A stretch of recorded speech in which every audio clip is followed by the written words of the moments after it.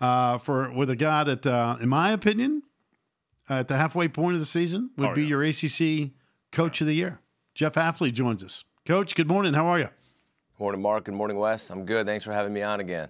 Always a pleasure. I got to be honest with you. Last weekend reminded me of old school BC football. I know you've been airing it out since you rolled into town, but see old Big 26 rumble and stumble and 264 yards on the ground. That was the old school BC football that I knew and loved right there. That had to be a welcome sight because you've been throwing the football great, but, man, you ran it really, really well Saturday. Yeah, we did, and it was really good to see that. Had a little bit more balance, and, it's kind of what I've seen the last few weeks and was hoping, against Virginia Tech that would come out a little bit, but it takes a little time, without a spring and without a real training camp. The run game is tough, and I think Coach Signetti and our offensive staff have done a really good job, and I see it in practice getting better and better, and it was really nice to see Saturday night. It was great for Bailey, great for our O-line, and if we can be more balanced like that, I think we'll throw the ball even better. Hey, Coach, I want to spend a second on the offensive line because we all talked about the expectation with Lindstrom and Johnson and Vrabel and some of those other guys who had some success in the previous regime here. But specifically Johnson's commitment to change spots here, go guard to tackle. What's that investment been like, and what did you and Coach Signetti see that said, okay, he might be better served playing tackle for us than guard? Because Eric McLean said something with us a couple of weeks ago about when you go from guard to tackle, it's not like guard to center. You're out there kind of on that island a little bit. What has Zion done for you to show, number one, his teamwork, but also his willingness to make such a drastic change, I think? Well, one, he's a captain, and he's one of our best leaders. And when we looked at it hard and really in training camp, right, because we really didn't have much of a spring, we saw how athletic he was. And then we looked at the O-line. We were banged up a little bit. So we tried to piece it together, and we tried to have some foresight and see, where do these guys best fit? And we talked to Zion, and we saw how athletic and big, and, he really was our best fit there at the time. And the work he's done with Coach Applebaum and Coach Signetti, I mean, it shows. And I think it's only going to help him in the future. You're talking about a guy who's going to play in the National Football League. He's got film as a tackle, as a guard. And then what we're doing offensively, these guys got to learn how to pass protect. So when these NFL scouts turn on the film, I mean, we drop back and we throw the ball, which is kind of rare in college football to see some of the protections that we get into. So, one, it helps us as a team, and I certainly think it's going to help him in the future as well. Coach, what did you learn about your team after the performance in Blacksburg? And I know a lot of folks are like, I want to forget about it. Maybe just the exact opposite. You remember nights like that where, hey, we put the ball on the ground, we turned it over 5 times, we thought this game was going to be competitive. Next thing you know, it gets away from you. But, man, your team really responded to that. What did you learn about your guys? A lot, and I appreciate you asking that question because, truthfully, that, to me, was going to be our biggest test. This team, we're still trying to get confident. We're still trying to build our identity. And, we go on TV Saturday night, prime time, and we don't play well. I mean, we turn the ball over 5 times, and, we get beat up pretty good by a good team. So how are we going to respond? Are the guys going to come out and feel sorry for themselves and not practice well? And are we going to let that beat us twice? And the cool part to see was it was just the opposite. I mean, we had our best week of practice. No one came in with a pouty face. No one pointed fingers. We just got back to work. And the way they came out fast and we went up so quickly on Georgia Tech, it's a credit to the team and the staff just how much they're bought in and how much they believe in one another. And truthfully, that was my best moment of the year so far, just to see the bounce back and the resiliency. All right, so they're building blocks in this process, right? And you have some off the field, on the field, practice games, things like that. So does somehow or another pulling one from the fire against Texas State, learning from Blacksburg, does that now carry you over to where you've got some methodology that goes this week when you get number 1 on the road? Well, I think all those games are so important, right? You go down to a Texas State team that everybody told our players all week that they should win, and they fight back and score 14 points in about 1 minute and 30 seconds. Then you go get beat up, and then you bounce back. You play against a North Carolina team that no one thought you could win, and you take them down to a 2-point play. What I think you're starting to see with our team is it's not about the opponent. It's about the process of getting better every single day and giving all that we have and improving. And having fun doing it with each other, and then, feeling so confident because you put the work in, and going to Saturday and not worrying about the opponent or the score early in the game. Just go play football and let it rip and have fun. And then you know what? In the fourth quarter, we'll see where we're at. And we've been in a lot of tight ones, and hopefully we'll have a chance to go win it. All right, let's talk about this week's opponent. You saw this crew when you were at Ohio State in the Fiesta Bowl game, which was truly a classic. And I don't want to put salt in the wound there. But you know these guys. You saw them last year. You studied them. You had plenty of time to study to get ready for that game. Now you're studying them again for this week, a road trip to Death Valley. When you do the eye test, Coach, in terms of what I saw at the Fiesta Bowl and versus what I'm going to see this week, what are the major differences that you see between 2019 Clemson and 2020 Clemson?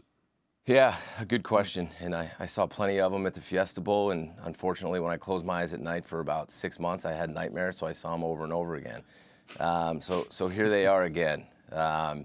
What I see is an improved team, and I mean that. I think Trevor Lawrence right now, just watching him from last year and watching him this year, I think he's taken a huge leap. And I know that's hard to say, and that's not coach talk because we're playing him this week. I've been around, coached against a lot of good quarterbacks. I mean, probably everyone in the National Football League who's played the last 8 years. This kid is playing better in the pocket. He sees things better. He's keeping things alive, but he's sitting in there and going throughout all of his reads. He's got such a live body. He's still running big and fast, but he's making such good throws. The kid's exceptional, and I don't know if there's a better college football player in the country right now. You know, the running back, obviously, Etienne, I was introduced to him last year pretty quickly at the Fiesta Bowl. Again, I think he's one of the best players in college football. I think they're a better team offensively, and I say that because I'm a defensive guy, and I've been studying their offense more than their defense at this point of the week. And I think they're really well coached. This isn't a team that, they're so talented, but you don't talk about their coaching staff. I mean, Coach Elliott and those guys, they do such a nice job of putting their playmakers in position. I think it's a better, improved football team, and I know that's hard to say. The ETN comparison, the Lawrence-ETN combination, we touched on this a couple weeks ago. It's scary when you look at their totality as a duo, isn't it? I mean, just how impactful they are. It really draws you into, like, some of the great duos in college football history. Is there a singular thing about them that concerns you the most on Saturday? The thing that scares you the most is it's not like you're just playing a guy who can sit back and throw the ball in the pocket or a running back who can just run it out of the backfield. I mean, obviously, Trevor, he can run the ball, too. I mean, I learned that the hard way last year. And Etienne can catch the ball out of the backfield. I mean, some of these screen passes and these catch and runs that he has, I mean, it's hard to defend. I mean, you're talking about two generational players, in my opinion, on the same football team. And then how hard they work and how hard they play. I mean, you got to give them credit, too. They're both really tough guys. I mean, Trevor takes some shots. I mean, I saw it last year. And he bounces back, and the way Etienne runs, too. I mean, you better bring your big shoulder pads to this game because this kid's not going down easy. By the way, speaking of improved quarterbacks, Jurkovec, he arrives on the scene. You get noticed late. Now all of a sudden we got, the BC air raid going on up there, Chestnut Hill. How have you seen your quarterback improve from week one to what you saw last week? Well, I don't think we're air raid. Come on, we just ran the ball for 260 No, wait a minute. No, wait. Hey, we're Hafley. ground and pound, Hey, we're all ground and pound now. We're not throwing anymore. Yeah, okay, right. Let me tell you something. After years of Steve Adazio, I was waiting for, hey, we're going to let Bailey and all these boys touch it 73 times and throw 2 forward passes. Now all of a sudden I watch a BC game. It lasts 4 hours. Poor West Durham can't get out of town because you guys are throwing it 65 times a game. But your quarterback... But brag about your quarterback a second, because, man, he has really, really been good. Yeah, he is. From the last time I talked to you, I think the improvement's been drastic. The way he commands the huddle. Sometimes I just sit back there and just his cadence and telling guys when to shift in motion and how he sees things. The ball's coming out so much quicker. He looks so much more comfortable in the pocket. And then obviously there's plays where, a guy's about to sack him, he stiff arms him and throws the ball 40 yards down the field on a straight line, and just has the ability to make so many big plays. The scary part is last week he ran for 100 yards on design quarterback runs. So while he doesn't look fast, he is fast, and he's big, and he's hard to tackle. I just think the sky's the limit for this kid, and it's still so early. I mean, he's barely played in our system.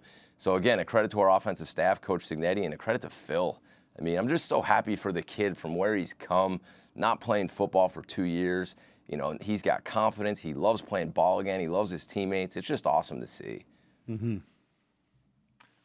All right, so here's Saturday's script, right? You're going to play the number 1 team.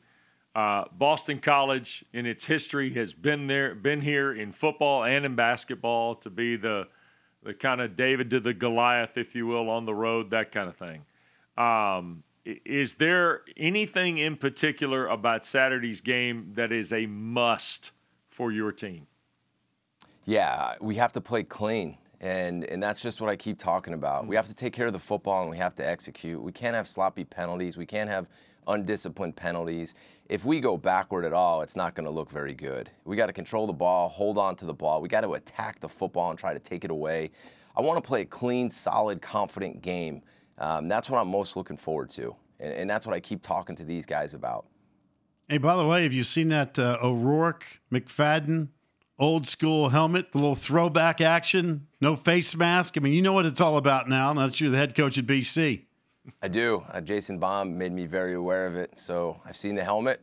I know what it looks like, and it was pretty cool to hear. That was Coach Sweeney's first win. I didn't know that because he's got about 2,000 wins. So that was definitely interesting to hear that his first one was against Boston College. You know, I tell you what, Coach, if you upset number 1, I could see you driving around Chestnut Hill with that bad boy, right? You go get a convertible and drive around wearing that thing, wouldn't you? Yeah, I might just strap it to my body and not take it off. Hey, that's pretty good. Let me real quick. You know, a few weeks ago we ran some video of your team winning a game on a field goal. And it was noticed that PR extraordinaire Jason Baum was below the goalpost celebrating. Has there been some sort of word of instruction about his actions and pending discipline for, overtly cheering? You saw the fist pump, right? He did underneath the goalpost. Yeah, I was fired up for him, man. I want him to cut it loose too. We loosened him up a little bit, and he's playing and coaching with a little more confidence too this year.